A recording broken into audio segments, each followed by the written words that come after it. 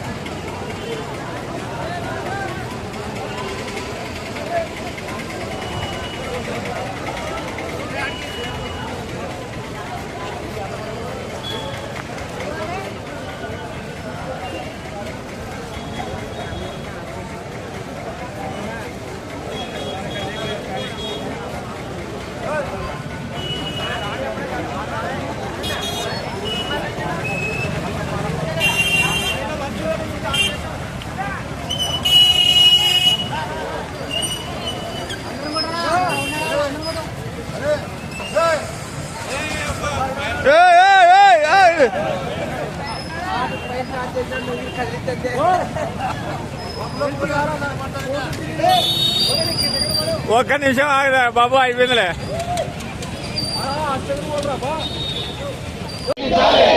6 నెలలకే నవంబర్ లో ఒకసారి, డిసెంబర్ లో ఒకసారి, 2 సార్లు విద్యుత్ ఛార్జీలు పెంచిన వెంటనే ఈరోజు రాష్ట్ర వ్యాప్తంగా విద్యుత్ ఛార్జీలు పెంచాలని చెప్పేసి కూటమి ప్రభుత్వం వచ్చిన 6 నెలలకే 2 సార్లు విద్యుత్ ఛార్జీలు పెంచడం చాలా మరి ప్రజలంతా కూడా అల్లాడిపోతున్న పరిస్థితులు ఈరోజు.